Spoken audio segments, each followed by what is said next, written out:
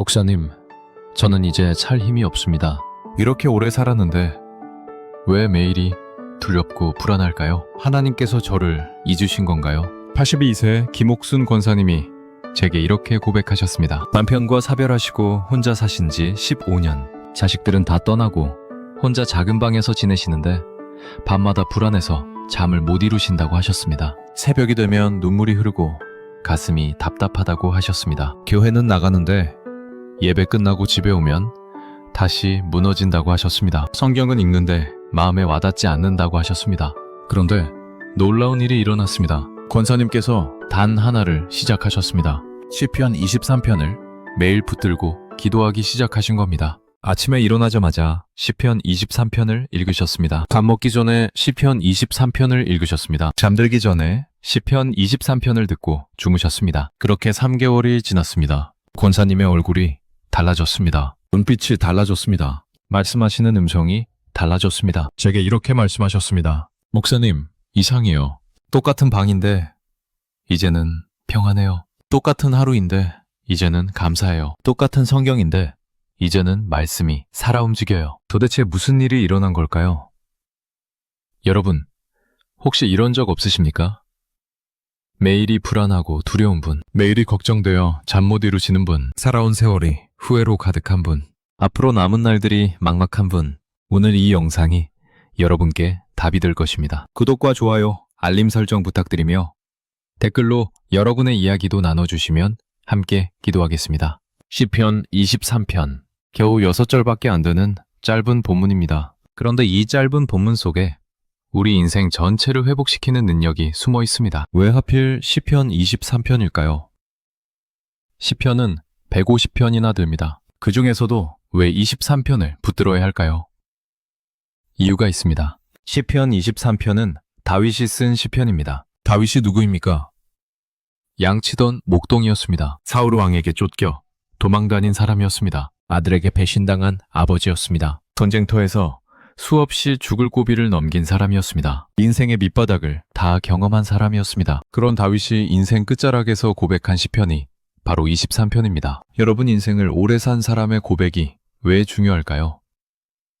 젊은 사람의 신앙 고백과 나이 든 사람의 신앙 고백은 무게가 다릅니다. 20대의 믿음과 70대의 믿음은 깊이가 다릅니다. 고난을 겪어보지 않은 사람의 찬양과 고난을 다 겪고 난 후의 찬양은 울림이 다릅니다. 다윗은 인생의 모든 것을 경험하고 나서 이렇게 고백합니다. 여호와는 나의 목자시니 내게 부족함이 없으리로다. 이 고백이 왜 그렇게 강력할까요? 다윗은 왕이었습니다. 부와 권력을 다 가진 사람이었습니다. 그런데 그가 인생 끝에서 깨달은 것은 무엇이었을까요?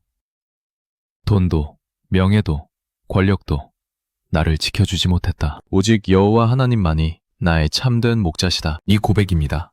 여러분께서도 긴 세월을 사셨습니다. 젊었을 때는 열심히 일하면 행복할 줄 알았습니다. 돈을 모으면 평안할 줄 알았습니다. 자식 잘 키우면 노후가 든든할 줄 알았습니다. 그런데 막상 나이가 드니 어떻습니까? 일도, 돈도, 자식도 나를 지켜주지 못합니다. 밤에 혼자 누워있을 때 불안은 여전합니다. 새벽에 눈 뜰 때 두려움은 여전합니다. 왜 그럴까요?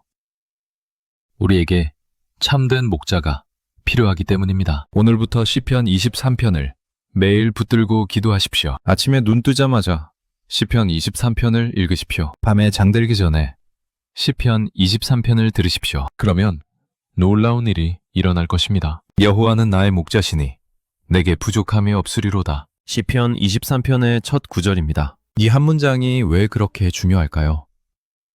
목자라는 단어를 주목해 보십시오. 목자는 양을 돌보는 사람입니다. 양은 스스로 살 수 없는 동물입니다. 눈이 나빠서 앞을 잘 보지 못합니다. 방향 감각이 없어서 길을 잃어버립니다. 위험을 감지하지 못해서 늑대에게 쉽게 당합니다. 그래서 반드시 목자가 필요합니다. 목자가 없으면 양은 죽습니다. 다윗은 이것을 너무나 잘 알았습니다. 왜냐하면 다윗 자신이 어릴 때부터 양을 쳤기 때문입니다. 다윗은 양들을 돌보며 무엇을 봤을까요? 양들이 목자를 따라다니는 모습을 봤습니다. 양들이 목자의 음성을 듣고 안심하는 모습을 봤습니다. 양들이 목자가 인도하는 곳으로 가서 물을 마시고 풀을 뜯는 모습을 봤습니다. 다윗은 깨달았습니다. 아, 나도 양과 똑같구나. 나도 스스로는 살 수 없구나. 나에게도 목자가 필요하구나. 그래서 다윗은 고백합니다. 여호와는 나의 목자시니. 여러분, 이 고백이 왜 우리에게 위로가 될까요? 우리는 평생 스스로 살아왔다고 생각합니다. 내 힘으로 일했고, 내 능력으로 가정을 꾸렸고, 내 노력으로 자식을 키웠다고 생각합니다. 그런데 나이가 들수록 깨닫게 됩니다. 아, 내가 한 게 아니었구나. 하나님께서 나를 지켜주셨구나. 72세 박철수 집사님이 계십니다. 젊었을 때 사업하시며 돈을 많이 버셨습니다. 직원 50명을 둔 공장을 운영하셨습니다. 그런데 IMF가 터졌습니다. 하루아침에 모든 것을 잃으셨습니다. 빚만 3억이 남았습니다. 그때 집사님은 무너졌습니다. 내가 이렇게 열심히 살았는데 왜 이런 일이? 내가 뭘 잘못했길래 이런 벌을? 그렇게 10년을 원망하며 사셨습니다. 술도 드셨습니다. 교회도 안 나가셨습니다. 가족들과도 말을 끊으셨습니다. 그러다가 어느 날 새벽에 눈을 뜨셨습니다. 이유 없이 시편 23편이 생각나셨습니다. 여호와는 나의 목자시니. 이 구절이 마음에 박혔습니다. 집사님은 그날부터 매일 이 구절을 붙들고 기도하셨습니다. 여호와는 나의 목자시니. 여호와는 나의 목자시니. 수백 번, 수천 번 이 말을 반복하셨습니다. 그러자 마음이 변하기 시작했습니다. 아, 내가 목자였구나. 내가 내 인생의 주인이라고 착각했구나. 내 힘으로 성공했다고 교만했구나. 그러니까 무너진 거구나. 하나님께서 나를 낮추신 거구나. 이제 진짜 목자를 만나라고 하시는 거구나. 집사님은 깨달았습니다. 그리고 다시 일어나셨습니다. 이번에는 달랐습니다. 작은 가게를 시작하셨는데 매일 아침 먼저 기도하셨습니다. 여호와는 나의 목자시니. 장사가 잘 되든 안 되든 하나님께 맡겼습니다. 돈을 벌든 잃든 하나님께 감사했습니다. 그랬더니 신기한 일이 일어났습니다. 가게가 조금씩 안정되기 시작했습니다. 빚도 조금씩 갚아지기 시작했습니다. 무엇보다 마음의 평안이 찾아왔습니다. 지금 집사님은 빚을 다 갚으셨습니다. 작은 가게지만 감사하며 운영하고 계십니다. 제게 이렇게 말씀하셨습니다. 목사님, 예전에는 내가 목자였어요. 그러니까 불안했던 거예요. 이제는 하나님이 목자세요.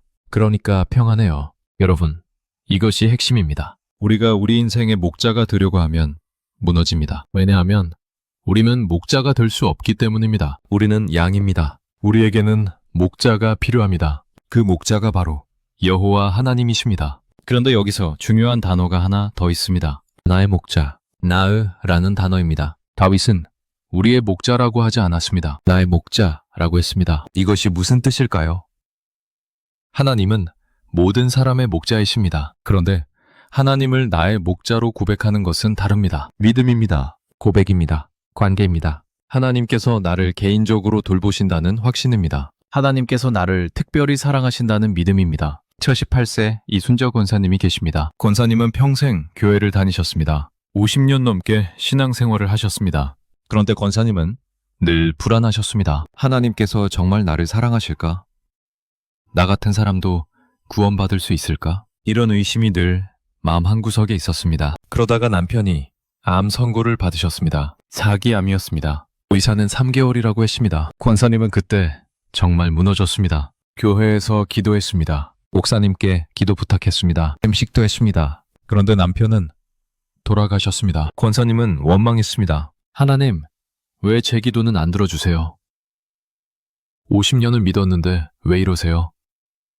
그렇게 1년을 울며 지냈습니다. 그러다 어느 날 시편 23편을 읽게 되셨습니다. 여호와는 나의 목자시니. 그 순간 권사님은 깨달았습니다. 아, 나는 하나님을 내 소원을 들어주는 분으로만 생각했구나. 내가 원하는 대로 해주시길 바랐구나. 그런데 목자는 그런 분이 아니구나. 목자는 양에게 가장 좋은 것을 아시는 분이구나. 때로는 양이 원하지 않아도 양에게 필요한 곳으로 인도하시는 분이구나. 권사님은 그날부터 달라지셨습니다. 여호와는 나의 목자시니. 이 고백을 매일 하기 시작하셨습니다. 남편을 보내신 것도 하나님의 인도하심이라고 받아들이셨습니다. 내가 이해할 수 없어도 하나님은 아신다고 믿기 시작하셨습니다. 그러자 평안이 왔습니다. 감사가 생겼습니다. 지금 권사님은 홀로 지내시지만 외롭지 않다고 하십니다. 여호와께서 나의 목자시기 때문이라고 하십니다. 여러분, 오늘 이 고백을 하십시오. 여호와는 나의 목자시니. 소리내어 고백하십시오. 아침에 눈 뜨자마자 고백하십시오. 밤에 잠들기 전에 고백하십시오. 그러면 여러분의 마음이 달라질 것입니다. 내게 부족함이 없으리로다. 시편 23편 1절의 두 번째 부분입니다. 이 말씀을 들으면 어떤 생각이 드십니까? 정말 부족함이 없을까요? 우리 현실을 보면 부족한 게 너무 많지 않습니까? 돈도 부족하고 건강도 부족하고 시간도 부족합니다. 그런데 다윗은 왜 이렇게 고백했을까요?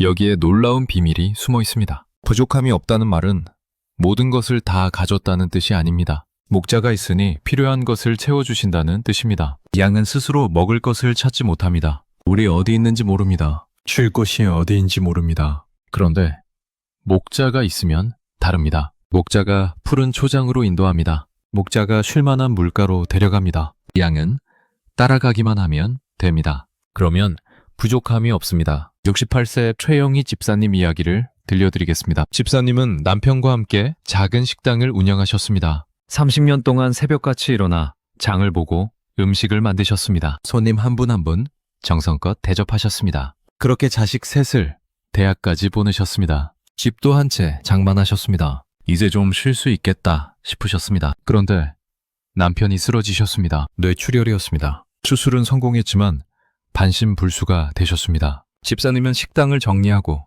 남편을 돌보기 시작하셨습니다. 병원비가 엄청났습니다. 집을 팔아야 했습니다. 전세로 옮기셨습니다. 그래도 돈이 부족했습니다. 자식들에게 손 벌리기 싫어서 파트타임으로 일하셨습니다. 67세의 나이에 식당에서 설거지를 하셨습니다. 그때 집사님은 생각하셨습니다. 나는 평생 열심히 살았는데 왜 이렇게 됐을까? 하나님은 왜 나를 이렇게 버려두시나? 내게는 모든 게 부족하다. 돈도, 건강도, 희망도 다 부족하다. 어느 날 새벽 예배에 가셨습니다. 오랜만이었습니다. 목사님이 시편 23편을 읽으셨습니다. 여호와는 나의 목자시니 내게 부족함이 없으리로다. 그 순간 집사님은 눈물이 쏟아졌습니다. 내게 부족함이 없으리로다. 나는 지금 모든 게 부족한데. 그런데 이상했습니다. 눈물이 멈추지 않았습니다. 가심이 뜨거워졌습니다. 집사님은 그날부터 매일 이 말씀을 붙들었습니다. 내게 부족함이 없으리로다. 처음에는 믿어지지 않았습니다. 현실은 여전히 힘들었기 때문입니다. 남편은 여전히 누워 계셨습니다. 통장 잔고는 여전히 적었습니다. 몸은 여전히 아팠습니다. 그런데 묵상을 계속하다 보니 깨달음이 왔습니다. 아, 부족함이 없다는 게 돈이 많다는 뜻이 아니구나. 건강하다는 뜻이 아니구나. 하나님께서 필요한 것을 채워주신다는 뜻이구나. 그날 이후 집사님은 달라지셨습니다. 여전히 설거지 일을 하셨습니다. 그런데 원망이 사라졌습니다. 일하면서 감사가 생겼습니다. 이 일이라도 있어서 감사합니다. 건강하게 일할 수 있어서 감사합니다. 남편을 돌볼 수 있어서 감사합니다. 신기한 일들이 일어나기 시작했습니다. 식당 사장님이 시간을 줄여주셨습니다. 같은 돈인데 일하는 시간이 짧아졌습니다. 교회 성도님이 쌀을 갖다 주셨습니다. 이웃집에서 반찬을 나눠주셨습니다. 병원비가 걱정되는데 정부 지원금이 나왔습니다. 하나하나가 다 하나님의 손길이었습니다. 집사님은 깨달았습니다. 아, 정말 부족함이 없구나. 내가 원하는 대로는 아니지만 필요한 것은 다 채워주신구나. 지금 집사님은 여전히 어려운 환경에 계십니다. 남편은 여전히 회복되지 않으셨습니다. 돈은 여전히 넉넉하지 않습니다. 그런데 집사님의 얼굴은 밝습니다. 마음은 평안합니다. 제게 이렇게 말씀하셨습니다. 목사님, 예전에는 내가 가진 것만 봤어요. 그래서 부족했어요. 이제는 하나님께서 채워주시는 것을 봐요. 그래서 넉넉해요. 여러분, 이것이 핵심입니다. 부족함이 없다는 것은 많이 가진 것이 아닙니다. 하나님께서 채워주신다는 확신입니다. 우리는 늘 부족하다고 생각합니다. 젊었을 때는 돈이 더 있었으면 좋겠다고 생각했습니다. 지금은 건강이 더 있었으면 좋겠다고 생각합니다. 내일은 시간이 더 있었으면 좋겠다고 생각할 것입니다. 끝이 없습니다. 아무리 가져도 부족합니다. 왜 그럴까요?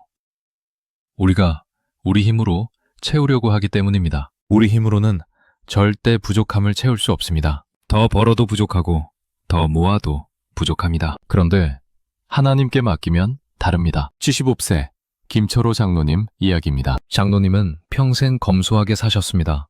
돈을 아껴 쓰셨습니다. 노후를 위해 저축하셨습니다. 그런데 늘 불안하셨습니다. 이 돈으로 몇 년이나 살 수 있을까? 병원비가 많이 나오면 어떡하지? 요양원 비용은 어떻게 감당하지?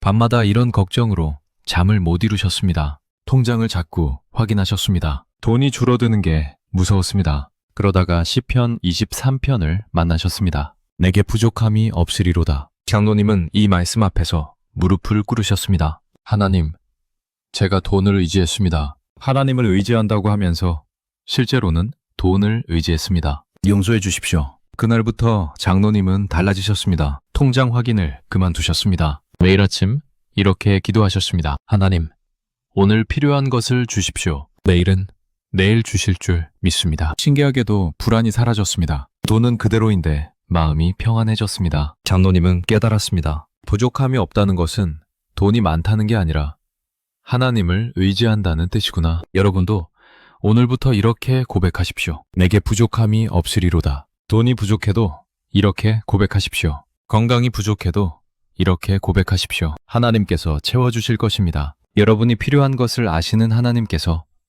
때에 맞춰 채워주실 것입니다. 그가 나를 푸른 초장에 누이시며 쉴만한 물가로 인도하시는도다. 시편 23편 2절입니다. 여러분, 이 구절을 읽으면 어떤 그림이 떠오르십니까? 푸른 풀밭에 양들이 편안히 누워있는 모습, 맑은 물이 졸졸 흐르는 시냇가, 참 평화로운 그림입니다. 그런데 이것이 단순히 아름다운 풍경을 말하는 것일까요? 아닙니다. 여기에는 깊은 의미가 숨어 있습니다. 푸른 초장. 양에게 푸른 초장은 생명입니다. 양은 풀을 먹고 삽니다. 그런데 이스라엘은 사막 지역입니다. 푸른 풀이 흔하지 않습니다. 대부분 메마른 땅입니다. 그래서 목자는 푸른 초장을 찾아다녀야 합니다. 양들이 먹을 풀이 있는 곳을 알아야 합니다. 좋은 목자는 항상 푸른 초장을 알고 있습니다. 그리고 양들을 그곳으로 인도합니다. 하나님도 그렇습니다. 하나님은 우리에게 필요한 것이 무엇인지 아십니다. 우리가 쉴 곳이 어디인지 아십니다. 그리고 그곳으로 우리를 인도하십니다. 70세 정미숙 집사님 이야기입니다. 집사님은 평생 쉬어본 적이 없으셨습니다. 결혼하고 아이 낳고 키우고 시부모 모시고 남편 뒷바라지하고 한 번도 쉬어본 적이 없으셨습니다. 쉬면 안 된다고 생각하셨습니다. 쉬는 것은 게으른 것이라고 생각하셨습니다. 그렇게 50년을 달려왔습니다. 이제 자식들도 다 컸습니다. 시부모님도 돌아가셨습니다. 남편도 은퇴했습니다. 이제 좀 쉴 수 있겠다고 생각하셨습니다. 그런데 쉴 수가 없었습니다. 몸은 쉬고 있는데 마음이 불안했습니다. 가만히 앉아 있으면 왠지 죄책감이 들었습니다. 뭔가 해야 할 것 같았습니다. 그래서 이것저것 일을 만들어서 하셨습니다. 교회 봉사도 하고 손주 돌보는 것도 돕고 집안일도 하고. 그런데 이상했습니다. 몸은 더 피곤한데 마음은 더 불안했습니다. 밤에 잠도 잘 안 왔습니다. 자꾸 뭔가 해야 한다는 생각이 들었습니다. 어느 날 새벽 기도회에서 목사님이 시편 23편 2절을 설교하셨습니다. 그가 나를 푸른 초장에 누이시며. 목사님이 이렇게 말씀하셨습니다. 하나님께서 우리를 누이신다는 것은 쉬게 하신다는 뜻입니다. 강제로라도 쉬게 하신다는 뜻입니다. 왜냐하면 우리는 스스로 쉴 줄 모르기 때문입니다. 집사님은 그 말씀에 울음이 터졌습니다. 맞아요. 나는 쉴 줄을 몰라요. 쉬면 불안해요. 쉬면 죄책감이 들어요. 그날 집사님은 깨달았습니다. 아, 하나님께서 나를 쉬게 하시려고 이 나이가 되게 하신 거구나. 더 이상 일하지 말고 이제 좀 쉬라고 하시는 거구나. 그런데 나는 여전히 쉬지 못하고 있구나. 집사님은 그날부터 달라지셨습니다. 매일 아침 이 말씀을 읽으셨습니다. 그가 나를 푸른 초장에 누이시며. 하나님, 오늘도 쉬게 하시니 감사합니다. 억지로라도 쉬기로 하셨습니다. 오후에는 아무 일도 안 하기로 하셨습니다. 누워서 성경을 읽거나 찬송을 듣거나 그냥 가만히 있기로 하셨습니다. 처음에는 정말 힘들었습니다. 가만히 있으면 불안이 밀려왔습니다. 뭔가 해야 할 것 같았습니다. 그런데 참고 견디셨습니다. 하나님께서 누이시는 거라고 생각하셨습니다. 2주가 지나자 변화가 왔습니다. 가만히 있어도 불안하지 않았습니다. 오히려 평안했습니다. 감사가 생겼습니다. 한 달이 지나자 몸이 가벼워졌습니다. 얼굴에 웃음이 늘었습니다. 3개월이 지나자 인생이 달라졌습니다. 지금 집사님은 매일 오후 2시간씩 쉬십니다. 그냥 가만히 앉아 계십니다. 때로는 산책을 하십니다. 때로는 성경을 읽으십니다. 아무것도 안 할 때도 있으십니다. 그런데 이것이 집사님께는 가장 귀한 시간이 되었습니다. 제게 이렇게 말씀하셨습니다. 목사님, 70년을 살면서 이제야 쉬는 법을 배웠어요. 하나님께서 쉬게 하시는구나 하는 걸 깨달았어요. 여러분, 혹시 쉬지 못하고 계십니까? 나이가 들었는데도 여전히 뭔가 해야 한다고 생각하십니까? 가만히 있으면 불안하십니까?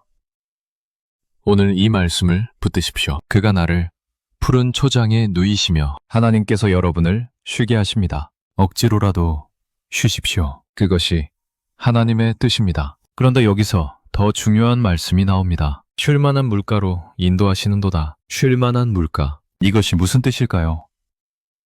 양은 흐르는 물에서만 물을 마십니다. 고여있는 물은 마시지 않습니다. 왜냐하면 고여있는 물은 더럽기 때문입니다. 양은 본능적으로 압니다. 고인 물을 마시면 병에 걸린다는 것을. 그래서 목자는 흐르는 물이 있는 곳으로 양을 인도해야 합니다. 맑고 깨끗한 물이 흐르는 곳으로 데려가야 합니다. 그런데 문제가 있습니다. 양은 빠르게 흐르는 물을 무서워합니다. 급류를 보면 겁을 냅니다. 그래서 목자는 잔잔하게 흐르는 물가를 찾아야 합니다. 쉬면서 마실 수 있는 물가를 찾아야 합니다. 이것이 바로 쉴 만한 물가입니다. 하나님도 그렇습니다. 하나님은 우리에게 생명수를 주십니다. 그런데 우리가 감당할 수 있는 방식으로 주십니다. 우리를 압도하지 않으십니다. 우리가 편안하게 받을 수 있도록 주십니다. 독시보세 김영철 권사님 이야기입니다. 권사님은 성경을 읽는 것이 너무 힘드셨습니다. 글자가 잘 안 보이셨기 때문입니다. 그리고 무슨 뜻인지 이해가 안 되셨습니다. 어려운 단어가 많았습니다. 그래서 성경 읽기를 포기하셨습니다. 40년을 교회 다녔지만 성경을 제대로 읽어본 적이 없으셨습니다. 그저 목사님 설교만 들으셨습니다. 그런데 은퇴하고 나니 허전했습니다. 뭔가 채워주지 않았습니다. 성경을 읽고 싶은데 방법을 몰랐습니다. 어느 날 교회에서 오디오 성경을 소개해 주셨습니다. 권사님은 시편 23편부터 들으시기 시작했습니다. 처음에는 그냥 흘러가는 대로 들으셨습니다. 무슨 뜻인지 잘 몰랐습니다. 그런데 매일 들으니까 조금씩 들리기 시작했습니다. 말씀이 귀에 들어오기 시작했습니다. 특히 2절이 마음에 와닿았습니다. 쉴 만한 물가로 인도하시는도다. 권사님은 이 구절을 수십 번 반복해서 들으셨습니다. 그러자 깨달음이 왔습니다. 아, 하나님께서 나를 인도하시는구나. 내가 감당할 수 있는 방식으로 말씀을 주시는구나. 오디오 성경도 하나님께서 준비하신 쉴 만한 물가구나. 지금 권사님은 매일 오디오 성경을 들으십니다. 눈으로 읽지 못해도 귀로 들으십니다. 잠들기 전에 시편 23편을 들으십니다. 그러면 평안하게 잠이 듭니다. 아침에 일어나서도 시편 23편을 들으십니다. 그러면 하루가 감사로 시작됩니다. 여러분도 하나님께서 인도하시는 쉴 만한 물가를 찾으십시오. 여러분이 편안하게 말씀을 받을 수 있는 방법을 찾으십시오. 그것이 오디오일 수도 있고 큰 글씨 성경일 수도 있고 묵상집일 수도 있습니다. 하나님은 여러분이 감당할 수 있는 방식으로 말씀을 주십니다. 왜 영혼을 소생시키시고 자기 이름을 위하여 의의 길로 인도하시는도다. 시편 23편 3절입니다. 여러분, 소생이라는 단어를 주목해 보십시오. 소생은 죽었다가 다시 사는 것입니다. 죽어가던 것이 다시 살아나는 것입니다. 다윗은 왜 이런 표현을 썼을까요? 다윗의 영혼이 죽어 있었다는 뜻입니다. 삶의 의욕이 없었다는 뜻입니다. 살아있지만 죽은 것 같았다는 뜻입니다. 그런데 하나님께서 그 영혼을 소생시키셨습니다. 다시 살아나게 하셨습니다. 이것이 바로 시편 23편의 능력입니다. 죽어가는 영혼을 다시 살리는 능력입니다. 76세 박순례 권사님 이야기입니다. 권사님은 5년 전에 남편을 잃으셨습니다. 50년을 함께 산 남편이었습니다. 아침에 일어나면 남편이 없었습니다. 밥을 먹으려 해도 남편이 없었습니다. 텔레비전을 보려 해도 남편이 없었습니다. 밤에 잠들려 해도 남편이 없었습니다. 권사님은 그렇게 살아가셨습니다. 숨은 쉬지만 살아있는 것 같지 않았습니다. 아침에 눈을 떠도 일어나고 싶지 않았습니다. 밥을 먹어도 맛이 없었습니다. 사람을 만나도 말하기 싫었습니다. 교회는 나가셨지만 예배가 들어오지 않았습니다. 찬양을 불러도 눈물만 났습니다. 기도를 해도 하나님이 멀게만 느껴졌습니다. 권사님은 생각하셨습니다. 나는 이제 끝났다. 이렇게 죽어가는 것 같다. 남은 인생이 의미가 없다. 그냥 하루하루 시간이나 보내다가 죽겠지. 자식들이 걱정했습니다. 엄마가 너무 우울해 보인다고 병원에 가보자고 했습니다. 권사님은 거절하셨습니다. 병원에 가봤자 소용없다고 생각하셨습니다. 약을 먹는다고 남편이 돌아오나? 이 마음이 나아지나? 그냥 이렇게 사는 거지 뭐. 그러던 어느 날 새벽이었습니다. 잠을 못 이루고 누워 계셨습니다. 문득 시편 23편이 생각났습니다. 오래전에 암송했던 말씀이었습니다. 휴대폰으로 시편 23편 낭독을 찾아 들으셨습니다. 여호와는 나의 목자시니 그냥 듣고 계셨습니다. 별 생각이 없었습니다. 그런데 3절에서 귀가 번쩍 뜨였습니다. 내 영혼을 소생시키시고 내 영혼을?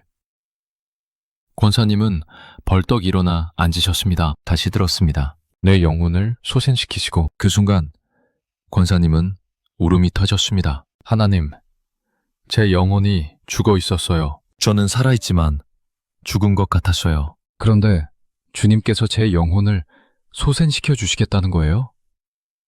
정말입니까? 권사님은 그날부터 매일 시편 23편을 들으셨습니다. 특히 3절을 반복해서 들으셨습니다. 내 영혼을 소생시키시고 처음에는 변화가 없었습니다. 여전히 남편 생각이 났습니다. 여전히 눈물이 났습니다. 여전히 의욕이 없었습니다. 그런데 포기하지 않으셨습니다. 매일 들으셨습니다. 아침에도 들으셨습니다. 점심에도 들으셨습니다. 저녁에도 들으셨습니다. 잠들기 전에도 들으셨습니다. 일주일이 지났습니다. 조금 달라졌습니다. 아침에 일어날 때 조금 덜 힘들었습니다. 2주일이 지났습니다. 밥맛이 조금 돌아왔습니다. 한 달이 지났습니다. 찬송을 부를 때 눈물 대신 평안이 왔습니다. 2달이 지났습니다. 기도할 때 하나님이 가깝게 느껴졌습니다. 3달이 지났습니다. 권사님은 달라져 있었습니다. 여전히 남편이 보고 싶었습니다. 그런데 이제는 감사할 수 있었습니다. 50년을 함께했던 것에 감사했습니다. 좋은 추억이 많았던 것에 감사했습니다. 지금도 살아서 숨쉬고 있는 것에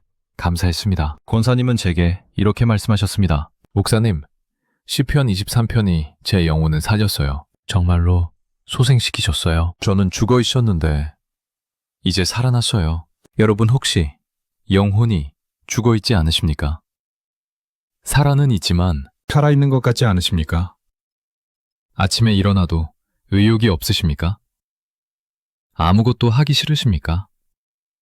그렇다면 오늘 이 말씀을 붙드십시오. 내 영혼을 소생시키시고 하나님께서 여러분의 영혼을 소생시키실 것입니다. 죽어가던 영혼을 다시 살리실 것입니다. 그런데 여기서 더 중요한 말씀이 나옵니다. 자기 이름을 위하여 의의 길로 인도하시는도다. 자기 이름을 위하여. 이것이 무슨 뜻일까요? 하나님께서 우리를 인도하시는 이유가 우리 때문이 아니라 하나님 자신의 이름 때문이라는 뜻입니다. 하나님의 영광을 위해서라는 뜻입니다. 이것이 왜 중요할까요? 우리는 자격이 없습니다. 우리는 죄인입니다. 우리는 실수투성이입니다. 그래서 늘 생각합니다. 나 같은 사람을 하나님께서 왜 돌보시나? 나는 자격이 없는데, 나는 잘못한 게 너무 많은데. 그런데 하나님은 우리의 자격 때문에 인도하시는 게 아닙니다. 하나님 자신의 이름 때문에 인도하십니다. 하나님은 신실하신 분입니다. 하나님은 약속을 지키시는 분입니다. 하나님은 자기 백성을 끝까지 책임지시는 분입니다. 그것이 하나님의 이름이기 때문입니다. 그래서 우리가 부족해도 하나님은 우리를 인도하십니다. 우리가 실수해도 하나님은 우리를 붙드십니다. 우리가 넘어져도 하나님은 우리를 일으키십니다. 왜냐하면 그것이 하나님의 이름이기 때문입니다. 81세 조한철 장로님 이야기입니다. 장로님은 평생 신앙생활을 하셨습니다. 60년 넘게 교회를 다니셨습니다. 장로 직분도 받으셨습니다. 그런데 장로님은 늘 불안하셨습니다. 내가 구원받을 수 있을까? 내가 천국에 갈 수 있을까? 나는 죄가 너무 많은데, 실수한 것이 너무 많은데, 특히 젊었을 때 사업하면서 정직하지 못했던 일들이 생각났습니다. 직원들에게 잘못했던 일들이 생각났습니다. 가족들에게 상처 줬던 일들이 생각났습니다. 그럴 때마다 장로님은 불안했습니다. 나 같은 사람도 하나님께서 받아주실까? 어느 날 시편 23편 3절을 묵상하셨습니다. 자기 이름을 위하여 의의 길로 인도하시는도다. 자기 이름을 위하여? 장로님은 멈췄습니다. 다시 읽었습니다. 자기 이름을 위하여. 그 순간 깨달았습니다. 아, 하나님께서 나를 인도하시는 이유가 내가 잘나서가 아니구나. 내가 자격이 있어서가 아니구나. 하나님 자신의 이름 때문이구나. 하나님의 신실하심 때문이구나. 장로님은 그날 눈물을 흘리셨습니다. 감사의 눈물이었습니다. 하나님, 제가 부족해도 주님께서 저를 끝까지 인도하시는군요. 제 자격 때문이 아니라 주님의 이름 때문에. 지금 장로님은 평안하십니다. 과거의 죄가 생각나도 더 이상 불안하지 않으십니다. 하나님께서 자기 이름을 위하여 끝까지 책임지신다는 것을 아시기 때문입니다. 여러분도 오늘 이 진리를 붙드십시오. 하나님께서 여러분을 인도하시는 이유는 여러분의 자격 때문이 아닙니다. 하나님 자신의 이름 때문입니다. 그러니 두려워하지 마십시오. 하나님께서 끝까지 책임지실 것입니다. 내가 사망의 음침한 골짜기로 다닐지라도 해를 두려워하지 않을 것은 주께서 나와 함께 하심이라. 시편 23편 4절입니다. 사망의 음침한 골짜기. 참 무서운 표현입니다. 그런데 다윗은 왜 이런 표현을 썼을까요? 이스라엘에는 실제로 이런 골짜기가 있었습니다. 목자들이 양을 이끌고 지나가야 하는 좁고 어두운 골짜기였습니다. 안쪽에 높은 절벽이 있어서 해가 잘 들지 않았습니다. 길이 좁아서 한 마리씩만 지나갈 수 있었습니다. 그곳에는 늑대와 곰이 숨어 있었습니다. 양들은 그 골짜기를 지나는 것을 무서워했습니다. 그런데 목자가 함께 가면 달랐습니다. 목자가 앞에서 걸으면 양들은 두려워하지 않고 따라갔습니다. 왜냐하면 목자가 함께 있기 때문이었습니다. 우리 인생에도 이런 골짜기가 있습니다. 어둡고 무서운 골짜기. 혼자서는 도저히 지나갈 수 없는 골짜기. 그것이 바로 죽음입니다. 나이가 들수록 죽음이 가까이 느껴집니다. 친구들이 하나둘 떠납니다. 병원에 가면 아픈 사람들이 많이 보입니다. 장례식장에 가는 일이 점점 많아집니다. 그럴 때마다 생각합니다. 다음은 나일까? 나는 언제쯤일까? 죽으면 어떻게 될까? 지집사세 윤기순 권사님 이야기입니다. 권사님은 밤마다 죽음이 무서웠습니다. 잠들기 전에 이런 생각이 들었습니다. 오늘 자고 내일 아침에 눈을 뜰 수 있을까? 자다가 그대로 죽으면 어떡하지? 천국에 정말 갈 수 있을까? 지옥에 가면 어떡하지? 이런 생각을 하다 보면 잠이 안 왔습니다. 가슴이 두근거렸습니다. 숨쉬기가 힘들었습니다. 새벽 2시, 3시까지 뜬 눈으로 지새우셨습니다. 그러다가 겨우 잠들었습니다. 아침에 일어나면 몸이 무거웠습니다. 머리가 아팠습니다. 하루 종일 피곤했습니다. 그런데 밤이 되면 또 같은 생각이 들었습니다. 권사님은 이것을 아무에게도 말하지 못했습니다. 믿음이 없는 것 같아서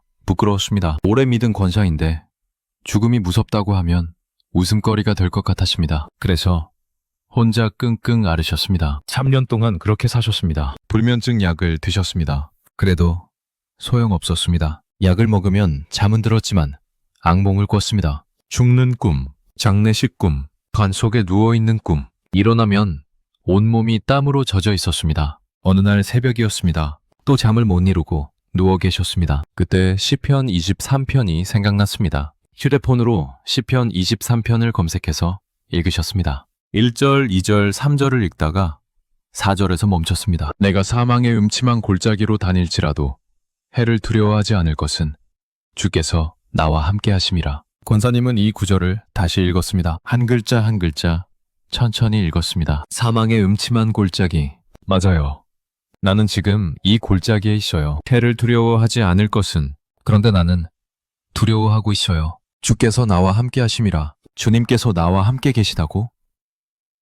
권사님은 그 순간 깨달았습니다. 아, 내가 혼자라고 생각했구나. 이 어두운 골짜기를 혼자 지나가야 한다고 생각했구나. 그런데 주님께서 함께 계시는구나. 권사님은 그날부터 달라지셨습니다. 잠들기 전에 시편 23편 4절을 읽기 시작하셨습니다. 주께서 나와 함께 하심이라. 이 구절을 수십 번 반복하셨습니다. 처음에는 여전히 두려웠습니다. 그런데 포기하지 않으셨습니다. 매일 밤 읽으셨습니다. 주께서 나와 함께 하심이라. 주께서 나와 함께 하심이라. 일주일이 지났습니다. 조금 나아졌습니다. 두려움이 조금 줄었습니다. 2주일이 지났습니다. 잠드는 시간이 빨라졌습니다. 한 달이 지났습니다. 악몽을 꾸지 않게 되었습니다. 2달이 지났습니다. 밤이 더 이상 무섭지 않았습니다. 3달이 지났습니다. 권사님은 완전히 달라져 있었습니다. 여전히 죽음은 옵니다. 언젠가는 이 세상을 떠나야 합니다. 그런데 이제는 두렵지 않았습니다. 왜냐하면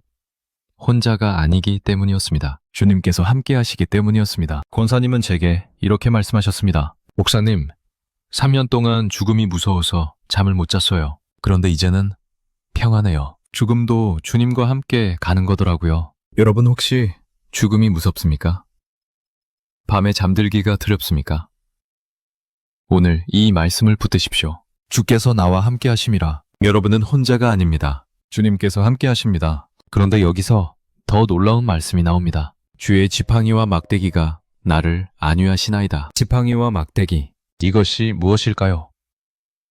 목자는 두 가지를 가지고 다닙니다. 하나는 지팡이입니다. 긴 막대기입니다. 이것으로 양을 인도합니다. 길을 가르쳐 줍니다. 또 하나는 막대기입니다. 끝에 갈고리가 달린 막대기입니다. 이것으로 양을 보호합니다. 늑대를 쫓아냅니다. 만약 위험에 처하면 막대기로 건져냅니다. 이 두 가지가 양에게는 안위입니다. 위로입니다. 태만입니다. 목자가 지팡이와 막대기를 가지고 있으면 양들은 안심합니다. 하나님도 그렇습니다. 하나님은 우리를 인도하시는 지팡이를 가지고 계십니다. 우리를 보호하시는 막대기를 가지고 계십니다. 그래서 우리는 안심할 수 있습니다. 69세 김정남 집사님 이야기입니다. 집사님은 당뇨병이 있으셨습니다. 10년째 약을 드셨습니다. 그런데 작년에 합병증이 왔습니다. 신장이 나빠지기 시작했습니다. 의사가 말했습니다. 투석을 해야 할 수도 있습니다. 집사님은 충격을 받으셨습니다. 투석?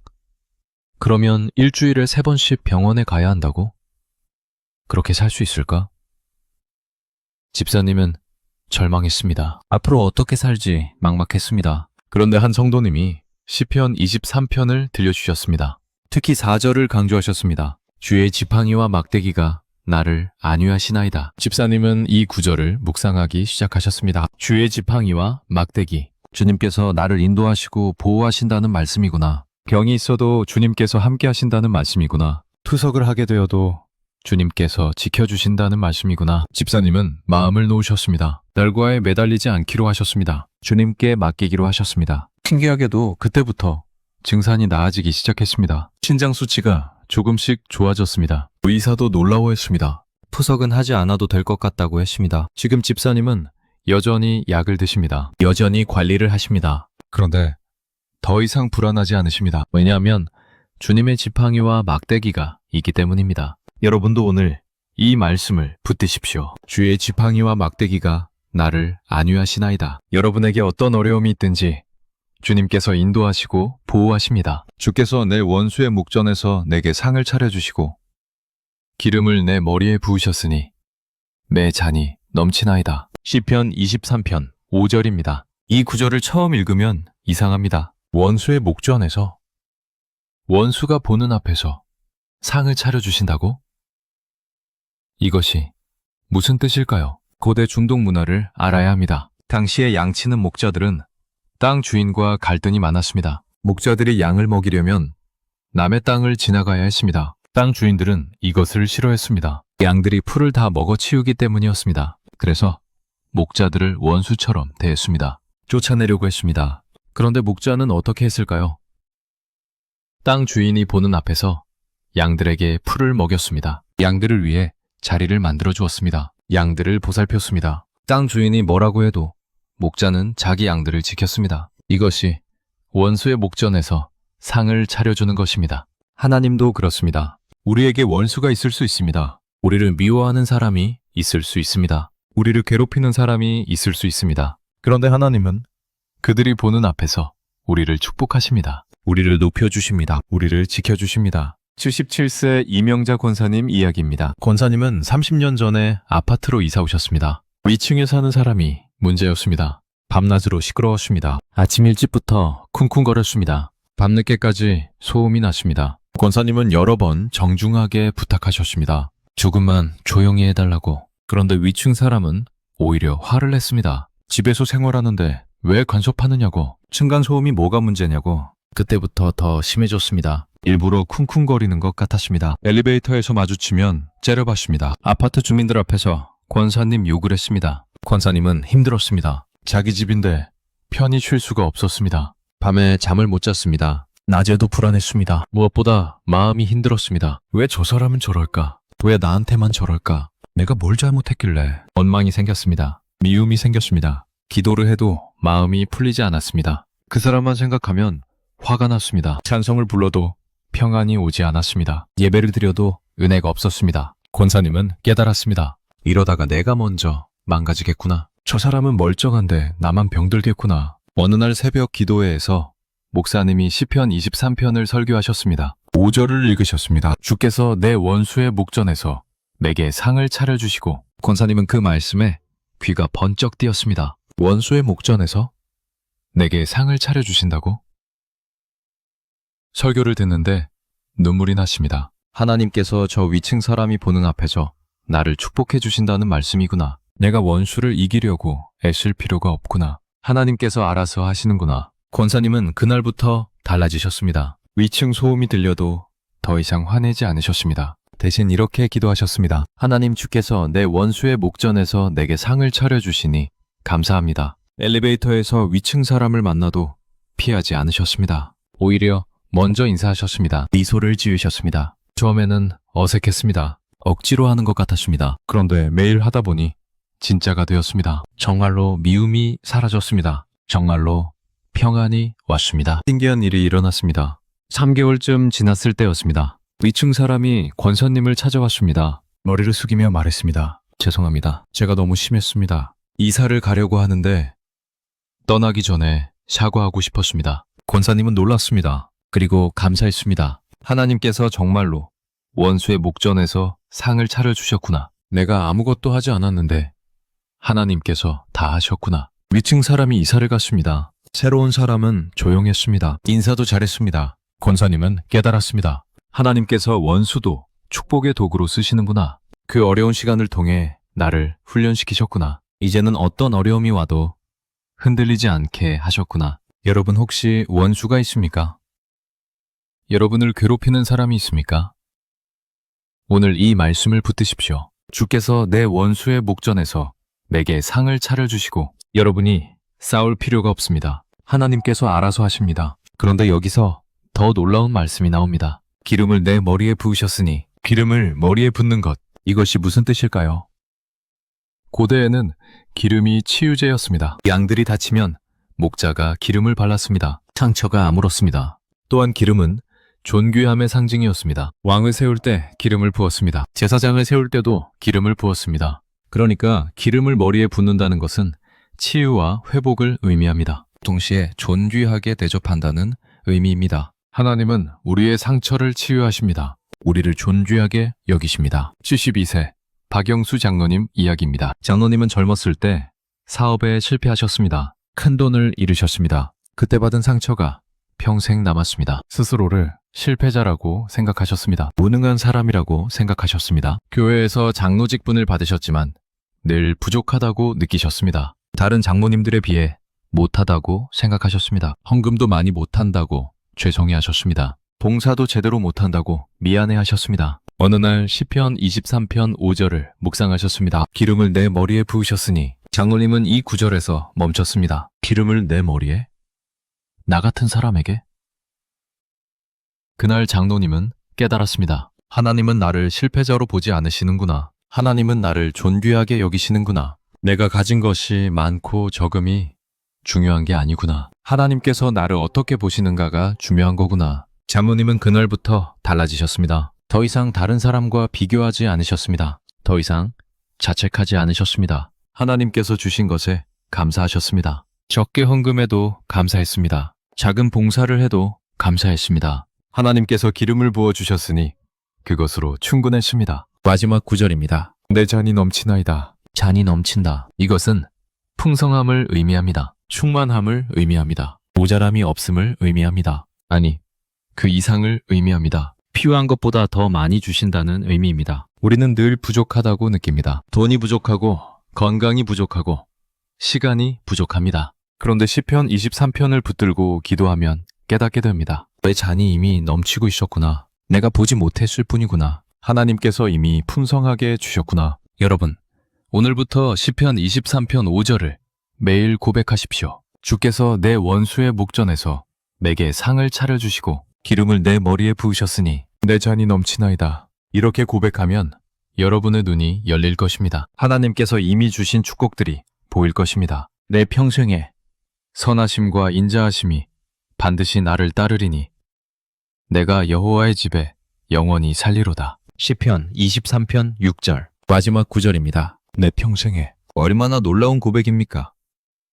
다윗은 짧은 시간이 아니라 평생이라고 말합니다. 어제만이 아니라 오늘도, 오늘만이 아니라 내일도, 매일만이 아니라 평생. 하나님의 선하심과 인자하심이 나를 따른다는 고백입니다. 여러분, 따른다는 표현을 주목하십시오. 우리가 하나님을 따르는 것이 아닙니다. 하나님의 선하심과 인자하심이 우리를 따릅니다. 우리가 어디를 가든지 하나님의 사랑이 따라옵니다. 우리가 무엇을 하든지 하나님의 은혜가 함께합니다. 심지어 우리가 넘어져도 하나님의 긍휼이 우리를 일으킵니다. 80세 최경희 권사님 이야기로 마무리하겠습니다. 권사님은 평생 고생만 하셨습니다. 가난한 집에서 태어나 제대로 배우지 못하셨습니다. 일찍 결혼해서 자식 5을 낳아 키우셨습니다. 남편은 일찍 돌아가셨습니다. 홀로 자식들을 키우셨습니다. 낮에는 남의 집 청소를 하셨습니다. 밤에는 식당에서 설거지를 하셨습니다. 잠은 4~5시간만 주무셨습니다. 그렇게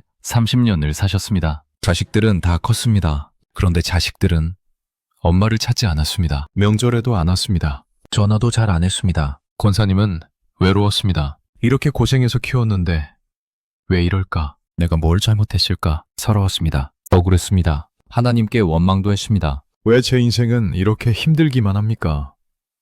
다른 사람들은 다 잘 사는데 왜 저만 이럽니까?